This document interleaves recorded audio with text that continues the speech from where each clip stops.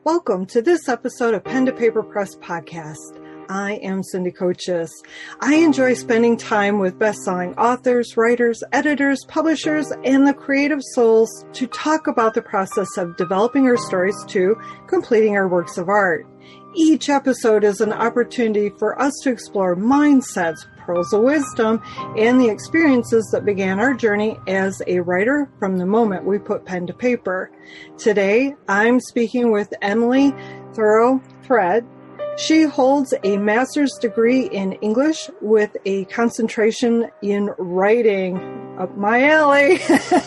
She teaches writing and composition on the college and university level for over 30 years and has published 3 writing textbooks. Emily has much experience in the grieving process and has learned to face life with love, optimism, and joy. She is the author of Loving and Living Your Way Through Grief, a comprehensive guide to reclaiming and cultivating joy and carrying on in the face of loss. Emily, it is wonderful to have you here in the studio and joining me. Thank you. Thank you very much for inviting me. You are welcome. And I have to ask and get it right for the record, how do I enunciate your last names? Because I want to make sure people have it right. Okay. Well, I have kept the last names of my 2 husbands because I went by each last name for a significant number of years, and it just seemed logical to keep them both. So the first one is Thiroux, like the author Henry David Thoreau, even though he didn't spell it like we do. And the other one is Threatt. All right. Thank you. I appreciate that because I want people to know how to say your last name. That's important to me. And I know I'm not always good at enunciations. But what has me very curious, you're a writing instructor. You've given lectures on writing. You've done it all in regards to writing. You wrote 3 textbooks. Then you wrote a book on grief. And to me, that's a lot of left brain, right brain. I don't want to say separation, but the whole thinking patterns on both books is so different. What kind of challenges did you have when it came to writing your personal story? I actually found it easier to write than the other things. The college textbooks were pretty much the information that I would use in class every day to teach. And the one called The Critical Edge was really creative because I wrote that in the early 1990s on how to teach or how to research and write from using online sources. And at that time, online sources were in their infancy. And so it was kind of a challenge. And unfortunately, it didn't sell as well as I thought it was going to because it was ahead of the curve. And the timing just wasn't right. If I would have waited a couple of years to publish it, it probably would have done a lot better. But my publisher, it was a traditional publisher, really wanted to get it out because they thought it'd be great to be first with that information. Of course. So both of those were very creative to me on the way that I was used to writing with lecturing at the university and that sort of a thing. I had a certain style and I could do everything just in the style that I was used to. Where this book, my new book, Loving and Living Your Way Through Grief, was a whole different direction. Both of them are creative, and I feel for me, I feel like I'm one of those people that's left-brained and right-brained because I'm very creative, but I'm also really technical. I teach technical and report writing, and you've got that's all your periods in the right place, and doing everything by the formula that's required for whatever it is that you're writing, which happens often in technical and report writing. So the new book was more on the creative scale, but knowing how to do the other writing at the same time, it all just kind of blended together. And it was really a wonderful experience. The process of writing it was, I really enjoyed. And I think that joy comes through in what I say and how I approach the people. I also approach my writing like I approach my students when I'm speaking to them one-to-one and providing support for them, so that I'm writing in a way that's supportive, which is a little bit different than most writing. Yes, because we're not all teachers and we don't have that background. So you do have that advantage. And in a way that it might even be a disadvantage in a little bit of a way, because do you face, when you're writing and you know it's going to be something that publishes, do you have that, I have to have this perfect because of the role that you have? Is that something that you have a concern of, or have you done this long enough that you've kind of, yep, been there, done that, I know what to do to get through that? Well, I don't honor that urge to be perfect when I'm writing, because that gets in the way of my creativity. I've always taught students to write first, and you can go back and correct or edit or whatever you want to do when you have finished writing. But when you're actually doing the writing through for the first time, have it come from deep inside you and put whatever it is that you want, the points you want to get across. But don't worry about whether something's spelled correctly, or if it's the exact right word, or if you'd like to phrase it differently, or if it goes in a different place in that chapter or anything like that. I don't think about any of that when I'm writing. When I write it straight through with what I want to include in that chapter. I have a good idea before I start writing of what I want to include. I have like a list, not so much a formal outline, but just a list of things that I want to be sure that I get in there. And then after I do that draft, I set it aside for a couple of days and go back to it with fresh eyes. And with those fresh eyes, then the more analytical part of it kicks in, and I can correct errors, change words, move information that would be better suited for another place, and do all that sort of thing afterwards. And I find by dividing it in my writing into those two areas, the first with the creative side of it, with whatever it is that I want to get across in that chapter, and then the second really needs at least a couple of days in between. I never try to go back and proofread and edit right after I've written something, because I'll miss things. I won't see things because my brain sees what it thought it wanted to write as opposed to what's best.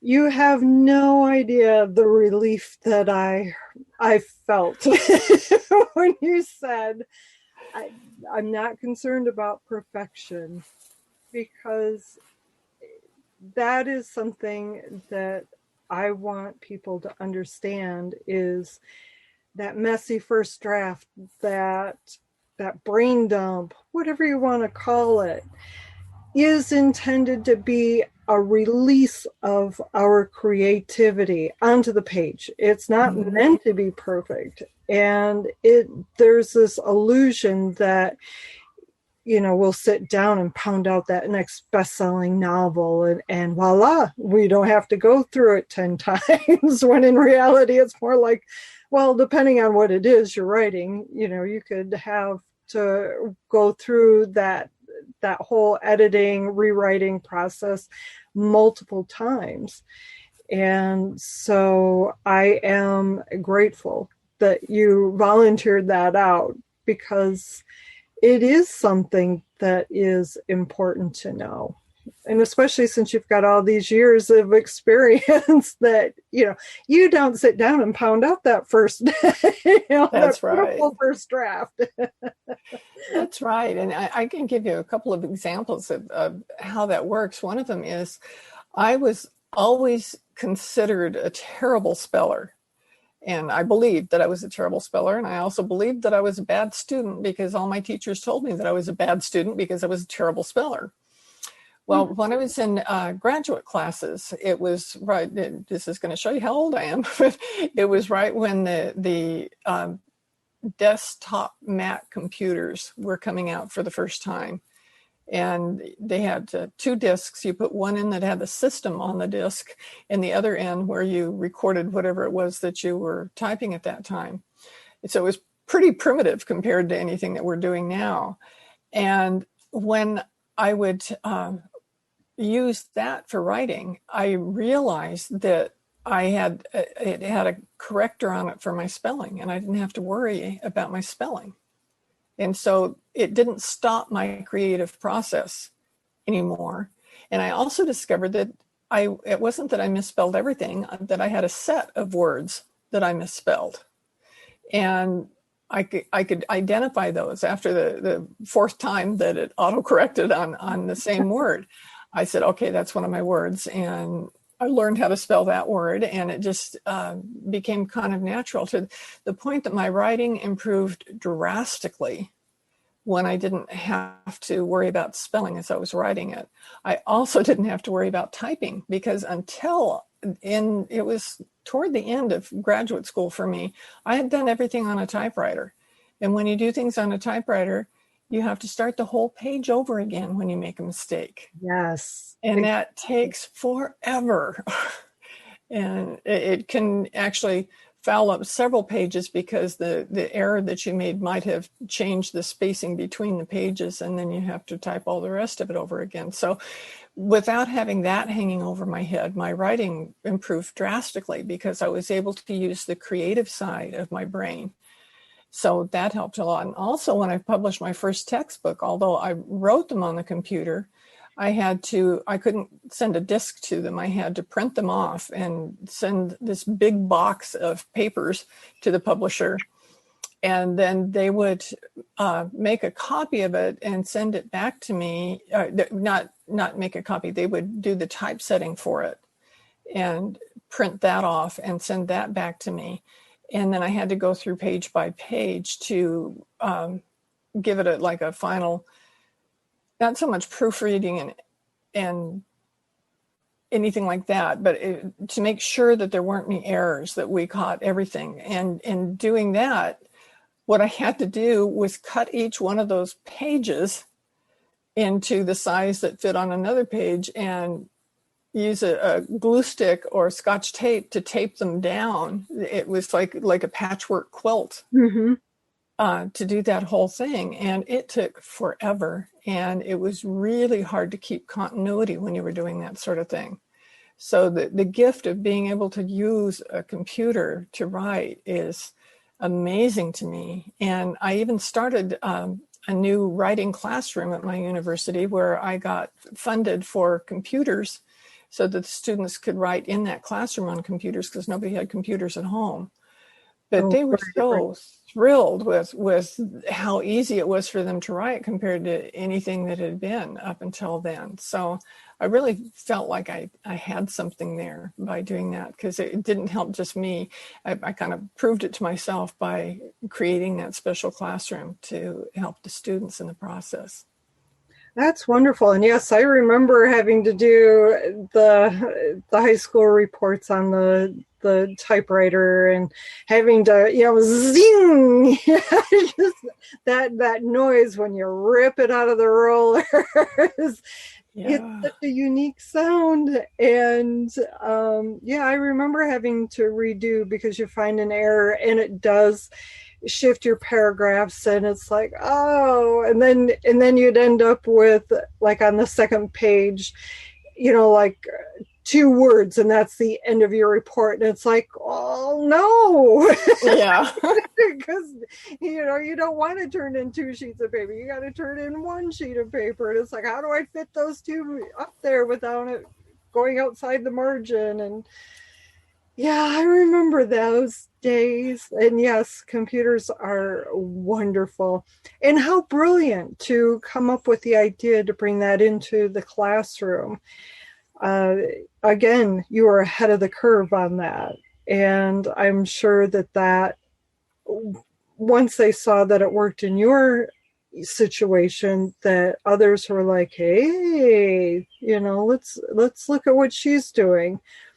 So the university went on to create, after mine was around for a couple of years, they started creating other classrooms, and finally they built a great big new library, and the whole basement was all computer classrooms, so that courses, any course, it didn't have to be just writing courses, but any course could be taught in those classrooms where the students would write on the computer. And they also put in a great big computer lab so students can go and work there if they didn't have their own computers, and very few of them did.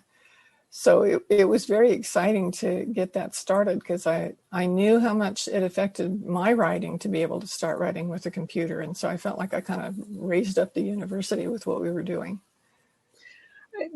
Absolutely brilliant. And, I remember as a teenager, because that's like, I'm trying to remember how old I was. Doesn't matter. I was a teenager anyways, when like the Commodore 64 came out, and yeah, the big clunky computers, that we look at now, and it's like, how did we ever, make this thing work, because they're so slow and yada, yada, yada. And they really, there was a whole generation that thought that was just a fad and it wasn't going to last. And so when it did start coming into more of a practical day-to-day use and so forth, then they became more affordable, and people really did decide that, oh, hey, look, we probably should get one of these.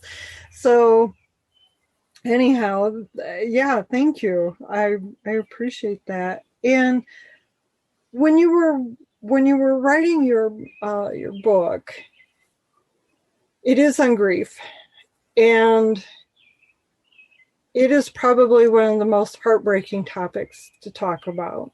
It is not easy. We have a tendency to fall back into where we were in that moment and feel those raw emotions over and over again, and it does stir up a lot of things. For those that are working on a memoir or a book, a self-help book, or anything that is on a topic that is as sensitive as grief, or, it's not just grief that's sensitive. There are many other topics, but because your book is on grief, the book I'm writing is on grief, I'm going to just focus on that for this podcast. What were some of the things that help you get through writing your book without sinking back into that abyss of, that spiraling downward into the emotional hell that we fall back into very easily in many cases? I had several things that helped me with that, because I had read, before I wrote my book, I had been reading like every book I could find that was a grief book, trying to find something that would help me, or something would solve this, that create a different reality for me. And most of them are so sad.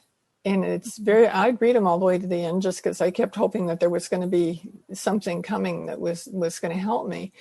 And I realized that by reading these books, I could see that the author was doing it for a form of self-expression, but not so much for helping somebody else. And so I really looked at what my intention was with the book, what I wanted to accomplish by writing this book. And I wrote it to help give people comfort, joy, love, comfort, joy, loss, and support while they're dealing with grief. And I wanted to focus on positive things that had to do with the experience that they're going through. Right. So when I kept that in mind, there are the stories in there that are kind of heart-wrenching, but they're not the whole book. And each of the book has, at the end of the chapter, a practice that the reader can do to help them deal with their own grief. And most of them are writing based, but others aren't writing based at all. But there's something that they can look forward to at the end of each chapter in doing that. And let me tell you why I wrote this book to start off with, because I think that'll kind of address what we're talking about here. Several months after my husband died, I think it was about 7 months after my husband died, a good friend of his just dropped dead. And this friend was much younger than my husband. He actually called my husband Dad, so that there was that big of an age difference. And we had lived close together when I lived on the mainland, and our families were friends. We would do things together.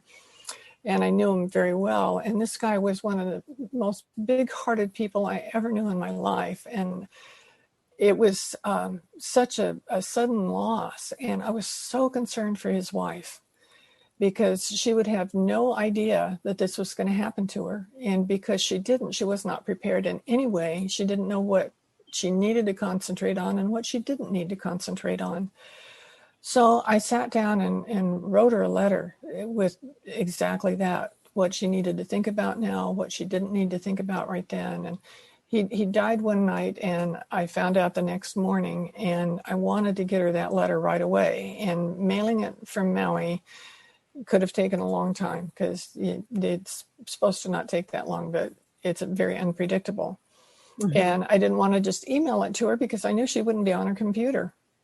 So I emailed it to a friend of mine who lived close by and asked her to please print it off and take it to her right then. And she did. And later, my friend contacted me, and she goes, "You just don't know how much that letter helped me, because nobody talked about those things to me."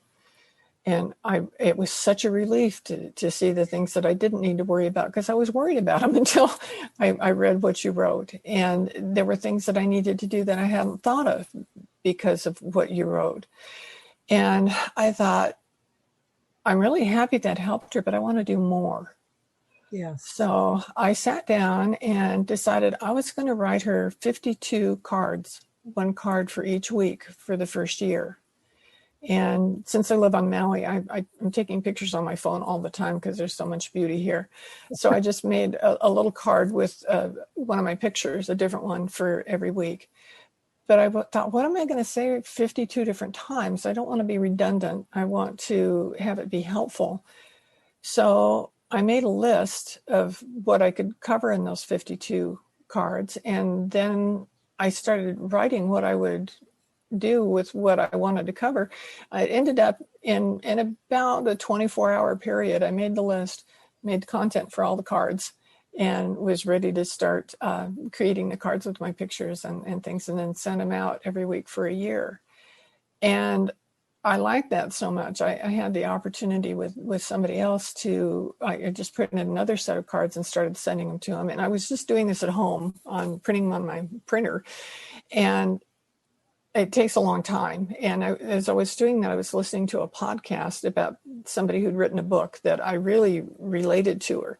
And I thought, I want to read the book that she wrote. So I went to her website, and at the bottom of the page, it said, "I'm also a book agent. And if you have an idea for a book, let me know." And at that moment, I said, I've got an outline written.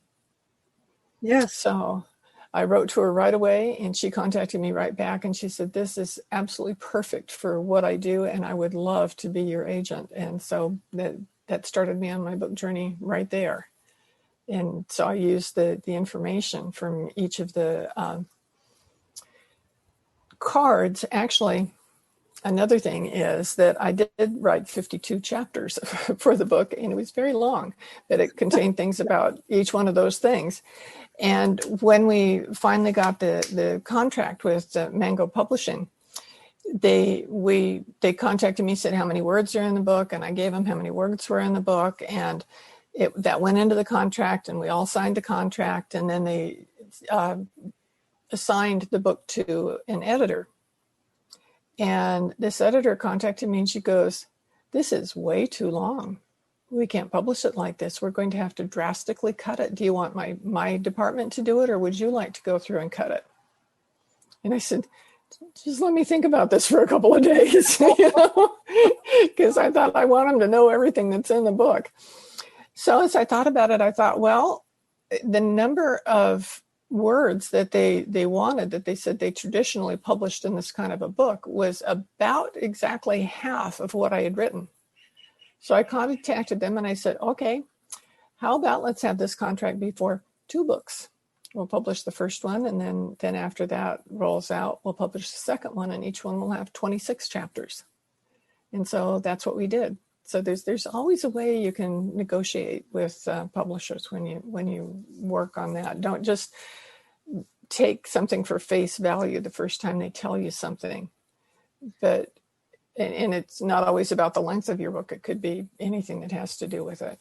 So I was grateful that I still am going to get everything that I wrote out. It's just not all at the same time. You're an amazing woman because of the fact that you are always thinking forward. You're always thinking of a solution. How can I make this better? How can I fix this situation? How can I expand on this? What is the solution? And you don't have that pause that says, I can't do this. I don't think that is probably in your vocabulary. Not really, no. This is truly an inspiration, because there are times that when I'm writing this book, this memoir, I think I can't do this. What am I doing this for? There's 1,000,010 other people who've written on grief, on their soul's journey, because the book is meant to be focused more on my soul's journey versus the grief part. And listening to you is really helping me to put things into a different perspective, into a different line of thinking, like, okay, what is the solution? How can I bounce off of this? What is the lesson in this? What can I learn? And what should I explore? What can I explore to move myself forward in the process? Because grief is crippling, as you know. Much of our existence wants to stop and just wither away into the ethers. And it doesn't matter if it's a child, a spouse, a parent, a dear friend. Grief is grief. It all hurts. Yes, at different levels and in different ways, but it still hurts. And one of the things that really impresses me with the fact that you did this to help a friend, and what a gift. Oh my God. I mean, talk about touching my heartstrings. It's like I'm like tearing up with what such a beautiful gift that was to extend to this, younger woman who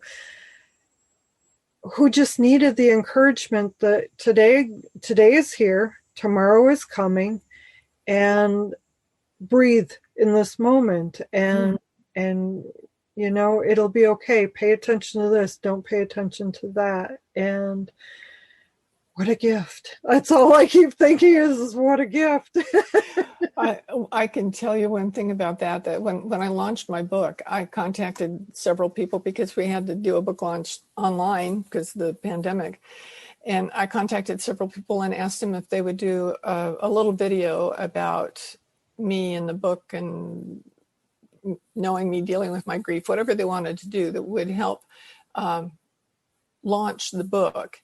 And so I contacted the person who I wrote these cards for. And in her video, she held up in her hands all the cards. She'd kept every single one of them and had them right there. She said she still goes back through them and looks at them, and that they meant the world to her. Yes. Because our gifts from the heart, there is no purer gift than that comes from our heart. And what you extended to her was not only your experience and and so forth, but it was your love for her and her husband, and your love for your husband, because of the fact that you're going back off of that whole experience. And when it comes from the heart, again, there is no pure gift. And we got to shift our topic, because I'm going to start crying here. It's fine. We can do that. Because I mean, I'm just thinking, had I had somebody do that for me when I lost my son, it would have made a world of difference. Instead, I heard it's been 2 weeks. Why are you still crying? I didn't break up with my son. My son is gone forever. There's a huge difference. Oh, yeah. Or the unanswered phone calls when I would finally get the courage to reach out to somebody, and I would get their voicemail and never a phone call back.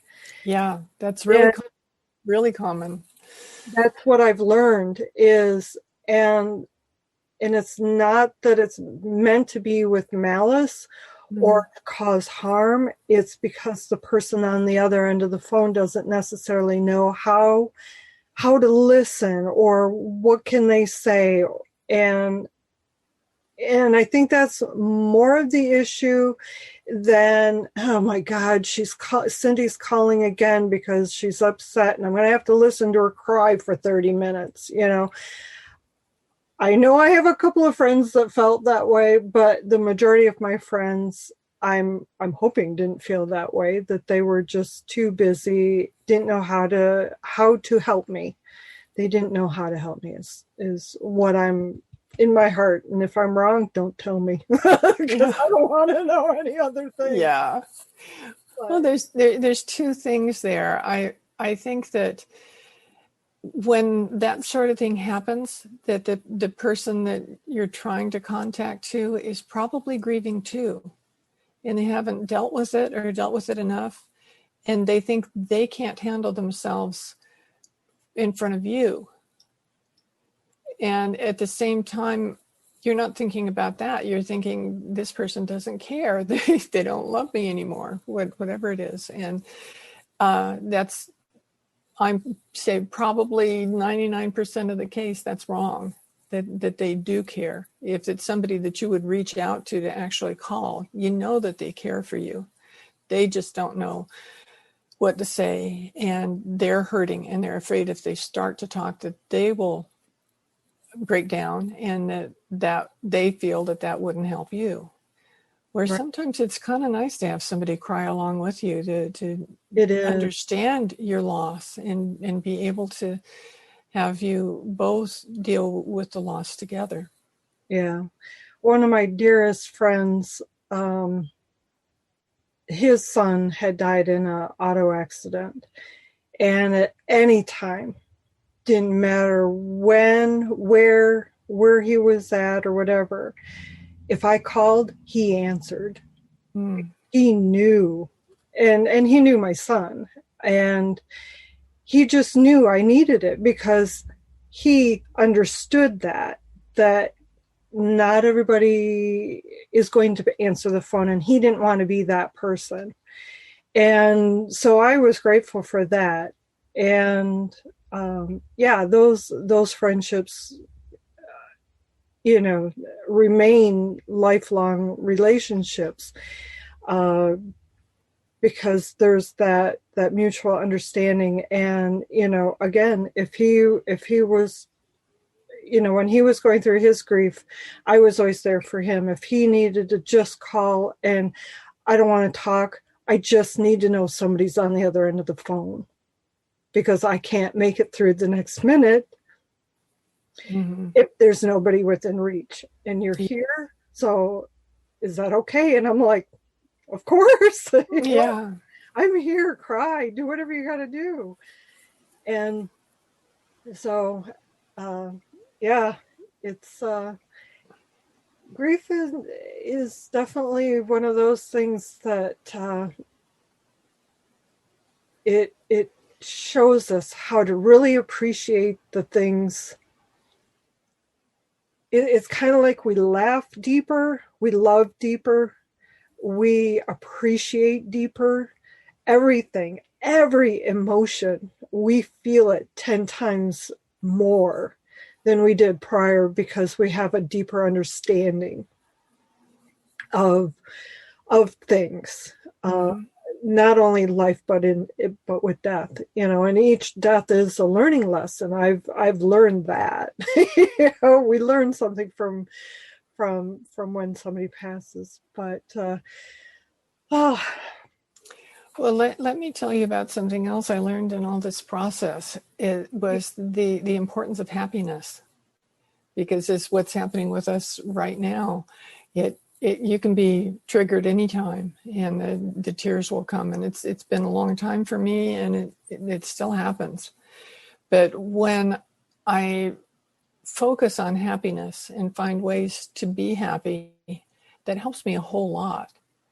And I've actually in the process of becoming a happy for no reason certified trainer, because I see the value of happiness, especially when you're dealing with grief. And I can honestly say that I'm happier now than I ever have been. really? And if you would have asked me that when one of my husbands died, I would say, are you crazy? That's not in the cards for me. But when you can, it's kind of part of the process of self-love. Mm-hmm. And your natural instinct is not to be sad. Your natural instinct is to be happy. And if you can find the ways to bring that out and bring smiles into your life instead of tears, that can help so much. It doesn't mean that you miss the person anymore, or that you're not going to grieve them for the rest of their lives, because as long as you love them, you're going to carry that grief for them. But you don't have to be in that deep, dark place that we tend to go. You can be happy and know that they would be thrilled to know that you can enjoy your life, and that you can smile, and that you can be happy, and that you can help other people. Yes, exactly. And, truly, they would not want us to sit in that pool of grief, the pool of tears that we shed. They want us to be happy. They want us to live our life. And, yes, it's okay to mourn them, but don't reside there. Yeah. And that is the one true lesson that Jeremiah has taught me, is the fact that life goes on. And of course, I just got done writing this, and I'm working on the second draft of the book, the second full draft of the book, and I just got through that whole section of what he taught me, and the words are not coming forward because, well, yeah. I understand. Anyway, the trauma, drama, grieving mama brain, things just kind of like fall out. But he really has taught me to find my joy. And because I know that you don't know my full story of where I've been. Obviously, I'm in a camper. You can tell that. A year after my son passed away, I basically sold off everything, disconnected from everything, and went on a soul's journey. And throughout this, that find your joy, find your joy. I hear my son tell me that, find your joy, find your joy. What makes you happy? Find your joy. And at first it was like, I would be filled with joy if you came back, but that's not going to happen.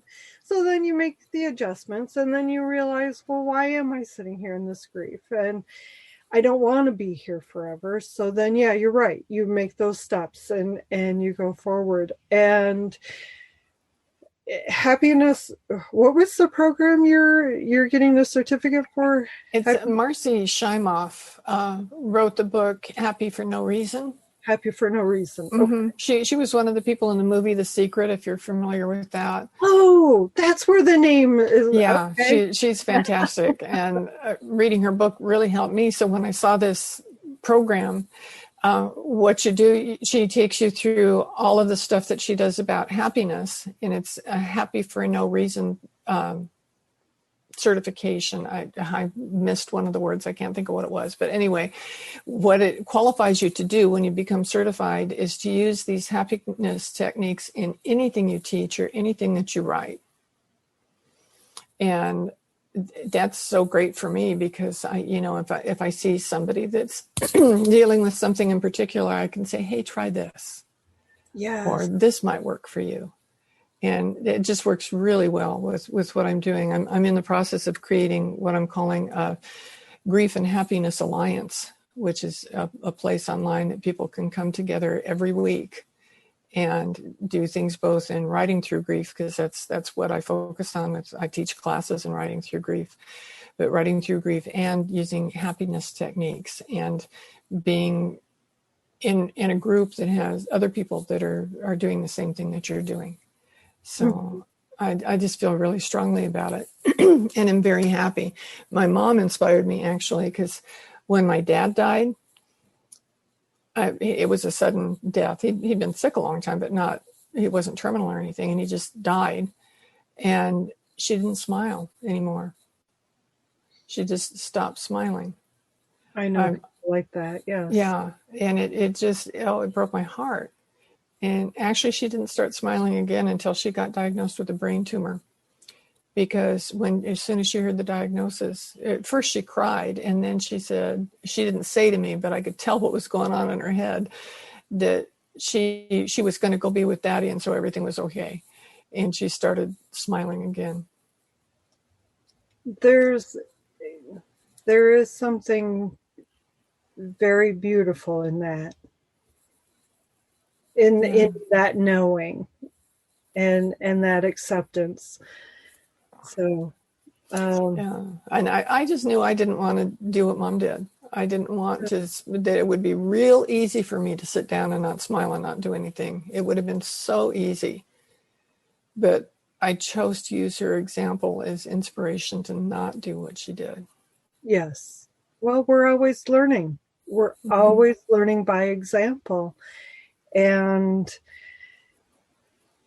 in shifting gears in a way, when you were going through all of this, were you journaling? And absolutely, yeah. One of your healing tools was to write it out. Yeah, I wrote a lot. I wrote a lot more actually after Ron died, who was my second husband to die.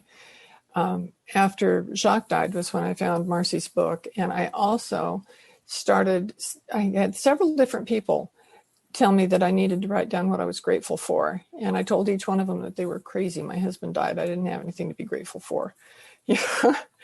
But I started thinking, you know what? I'm getting this from different angles. It's not just one person saying this airy-fairy thing. There must be something to this. So I started trying to do that. And the more I realized that I did have things that I was happy about, the more things I found that I was happy about. And I got like almost addicted to writing my gratitude out. And I would write, I'd be standing in the bank and have to pull a receipt out of my purse to write something that I was grateful for right then, because I didn't want to forget. I love that. I started finally a gratitude journal instead of having all these little pieces of paper all over the place, so that I write down. I still to this day write at least 3 things every day that I'm grateful for, and not just that I'm grateful for them, but why? What happiness does that bring to my life? How does this serve me? And that kind of writing really helped me a lot. I like that, because it really draws you into, it's not topical. It's not like, I'm happy or I am grateful for the sunny day. Well, why are you grateful for the sunny day? And then you get to draw on your 5 senses, and then you really bring that within, and And then, yes, then you really feel the sensation of gratitude instead Mm-hmm. of it being that dull, dry, yep, I'm grateful for a good running truck. I'm grateful for my computer that works. Mm-hmm. It's not topical. I like that. I've done that as well, and that is something that I really should get back into doing again and expanding, like you said, expanding on the why. Why, why is it nice that the sun, why are you grateful the sun was shining? Why are you grateful that the truck works? And of course you got that whole law of attraction thing, because what you put up, she comes right back at you.